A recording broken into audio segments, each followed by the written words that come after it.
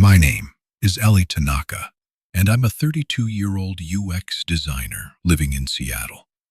Many of my colleagues call me a goal machine because nearly every personal or professional milestone I've written down in my bullet journal has either been crossed off or is in motion. From climbing Mount Rainier to launching my own skincare side business, I've always been a doer. But oddly enough, the person who left the deepest impression on me wasn't a tech giant or a celebrated author. It was a middle-aged café owner I met by accident on a solo trip to Kyoto, Japan. Let me take you back to that morning. My Airbnb had mistakenly overbooked, and I was abruptly moved to a smaller room above a quiet, tucked-away café. Frustrated and jet-lagged, I stormed down to the cafe entrance, determined to demand an explanation. The owner, a woman named Yuko, greeted me with a gentle bow and the softest smile I'd ever seen. I launched into a heated complaint. Honestly, I was unfairly harsh. I accused her of negligence and called the experience a disaster.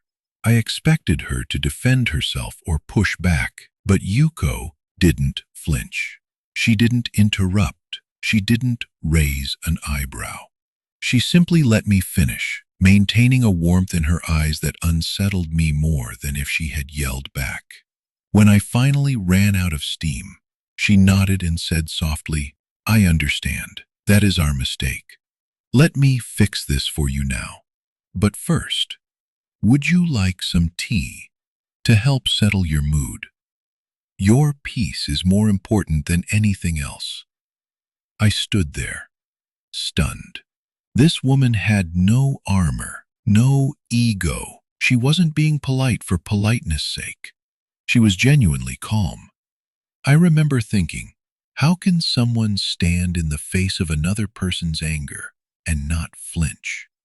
I've since met CEOs, public speakers, high-performance coaches, impressive, brilliant people, but none had Yuko's quiet strength. She didn't suppress her emotions or avoid confrontation. She flowed through it with grace and presence. She didn't absorb my rage. She disarmed it. That was the first time I truly understood that calmness isn't the absence of emotion. It's being bigger than your emotions. It's being able to see them, hold them, and still respond from a grounded place. That's strength, not how many goals you can crush or how many trophies you collect. Looking back, I realize how emotionally reactive I was for most of my life. I was the type of person who could get derailed by an unexpected Slack message or an offhand comment from my dad. On paper, I was successful, but inside, a live wire. I found it difficult to relax. I've been sprinting for years, solving external problems while letting my inner world unravel. That's when I made a promise to myself, to pursue emotional steadiness over external success. There's a strange irony here. So many people look at someone like me and say, "Wow, I wish I had your discipline." But the truth is, I had no control over my own inner life.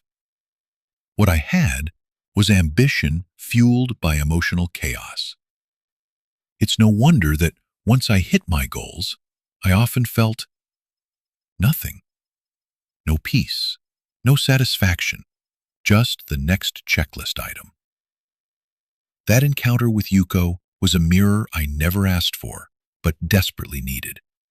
She showed me that real strength doesn't yell. It doesn't even need to speak. It just holds its ground quietly, unshaken by others' storms. Today I'm still ambitious, but now when I reflect on the future, I think less about what I want to accomplish and more about how I want to feel along the way. I want to be like Yuko. Since returning from Japan, something inside me began to shift. I used to spend my days hustling, meetings, deadlines, spreadsheets, branding pitches. But even when my calendar was full, I often felt empty. That nagging sense of disconnection wasn't from a lack of ambition. It was something deeper. I started receiving DMs on Instagram from followers who had seen my blog posts. Most messages were some variation of, "Why don't I feel like doing anything? Why am I always tired and unmotivated? Why is my relationship with my family so toxic? I hate my job, but I'm too scared to quit. Why does life feel so pointless lately?" These weren't just random questions.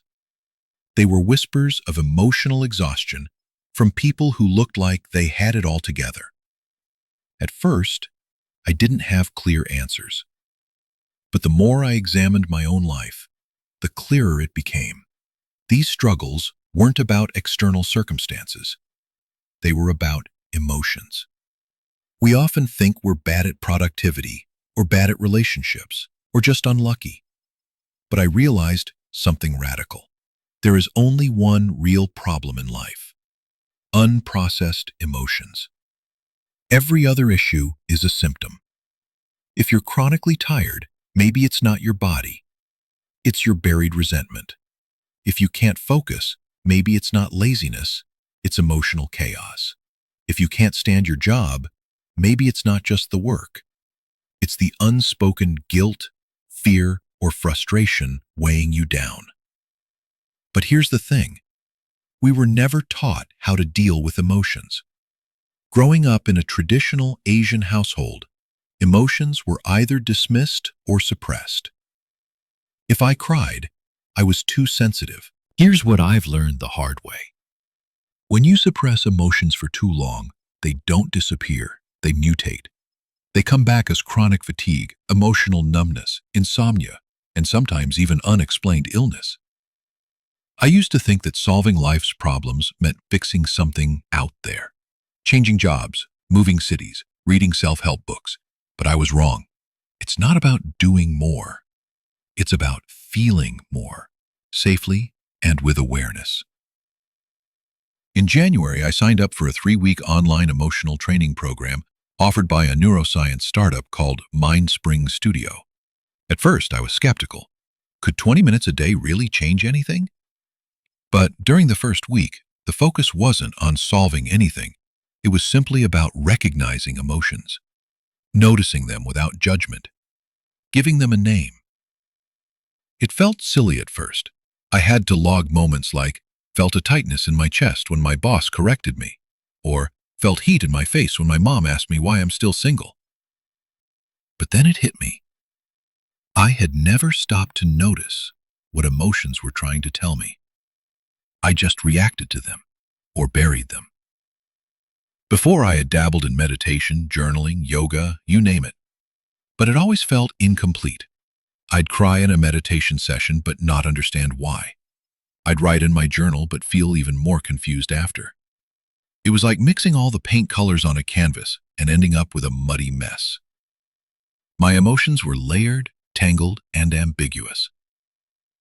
But this training slowly separated the colors. It taught me that the dull gray I felt was actually a mix of unspoken fear, quiet sadness, and a hint of resentment. I didn't need to fix it. I just needed to see it. Once I did, my whole system calmed down. This was a kind of emotional education I wish I had received in high school, alongside math and science. It made me think, why is something this fundamental not part of our curriculum? Every adult I know is walking around with emotional blind spots.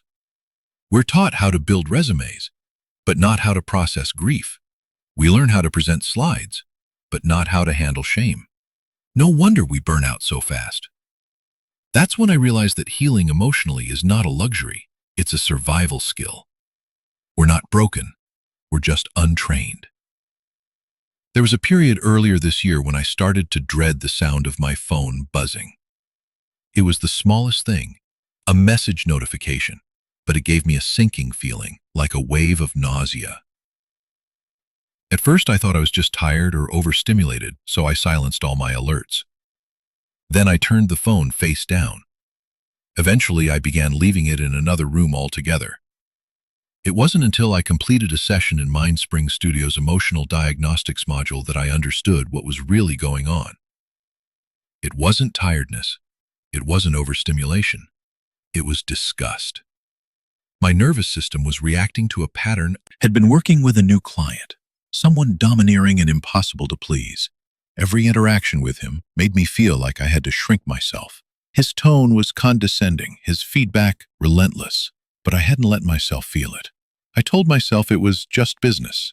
Meanwhile, my body was sending alarms, and I was silencing them like they were spam. Once I named that emotion, disgust, I started to feel clarity return. I stopped blaming myself for being too sensitive and started giving that feeling space. Just recognizing it made it easier to breathe again.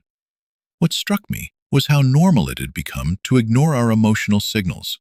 Friends around me were constantly saying things like, "I don't know what's wrong with me," or "I just feel off lately." But when I asked them to describe the emotion in their body, they went blank. It's not their fault. None of us were taught to name or decode emotions. Instead, we were trained to push through, to suppress, to smile, to say we're okay when we're not. And that suppression doesn't vanish. It accumulates. Like emotional plaque, it gums up your mental gears until life feels heavy and meaningless. The program I was doing introduced a daily habit, emotion tracking through writing. Each night, I had to write about one moment during the day that caused an emotional shift, good or bad. Then I'd break it down. What triggered it? What emotion came up? What did I want to do versus what I actually did?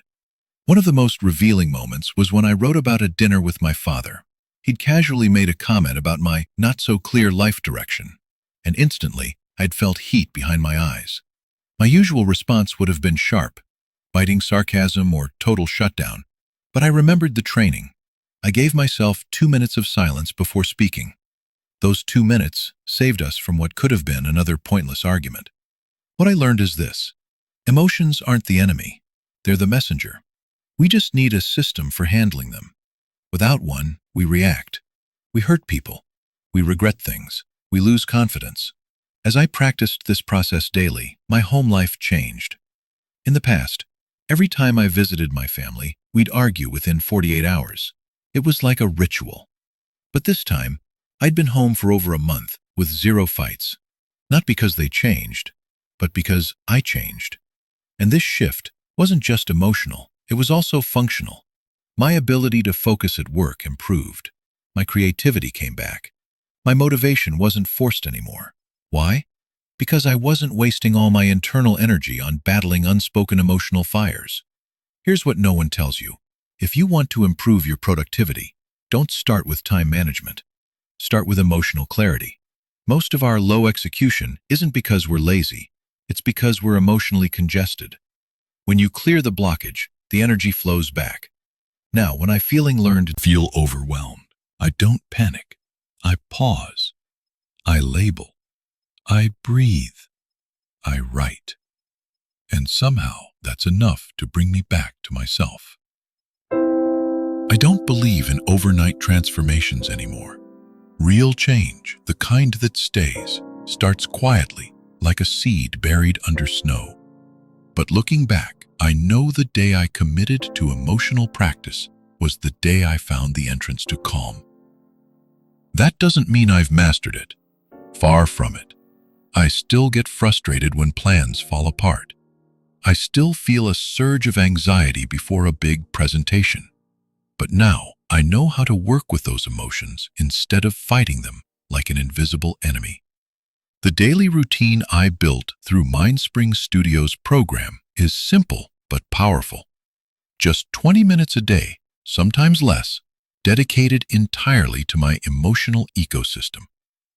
It forms a full cycle: recognizing, feeling, managing, and settling. And yes, settling matters just as much as awareness. I carve out this time like sacred space. No phone, no work distractions, just me and my internal landscape. Whether you're a grad student, a parent, or a professional, you need that kind of time. Time that belongs to no one else but you. One thing that surprised me was the online support community included in the program. Facilitators answered questions, but even more meaningful was hearing the stories of others going through similar emotional challenges. One guy shared how his emotional triggers used to ruin every relationship he had. A woman spoke about years of social anxiety that finally began to dissolve. We all had different lives, but the same core struggle, unspoken emotion blocking our power.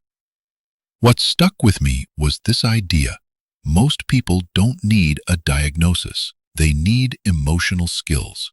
Depression, anxiety, burnout, they exist, yes, but there's a whole spectrum of people silently suffering who don't meet any clinical criteria. Still, their lives are quietly unraveling from the inside out. They think therapy is too much or too expensive, or they don't know what to say even if they went. And so they push through. They bury it. They normalize the numbness. That's why I've become a believer in digital emotional tools, especially ones backed by actual psychologists. I'm not talking about feel-good apps or mood trackers. I mean real systems built with clinical psychology, designed to give ordinary people the tools we should have learned in school but never did. The platform I used, MindSpring, offers unlimited practice and lifelong access. For me, that mattered more than expensive counseling. After a few weeks, I saw results that felt deeper and more sustainable.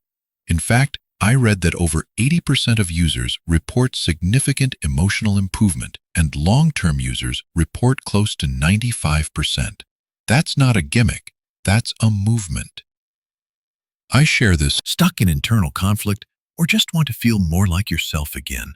This kind of structured practice works. It teaches you to name what's wrong. It helps you discover what you want, and it gives you a map for what to do when things don't go your way. To me, that's what real power is. Not confidence that comes from faking it, but clarity that comes from feeling it and moving forward anyway. Most of us grow up not knowing ourselves. We think the problem is that the world doesn't understand us, but the truth is we don't understand ourselves. And that's the first thing we need to fix. Before I go, one last note. Registration for the next round of the MindSpring Emotional Camp closes in a few days. If you're curious, check the pinned comment for details. There's even a student discount for those on a tight budget. Until then, I hope we all keep showing up for ourselves, softly, honestly, patiently.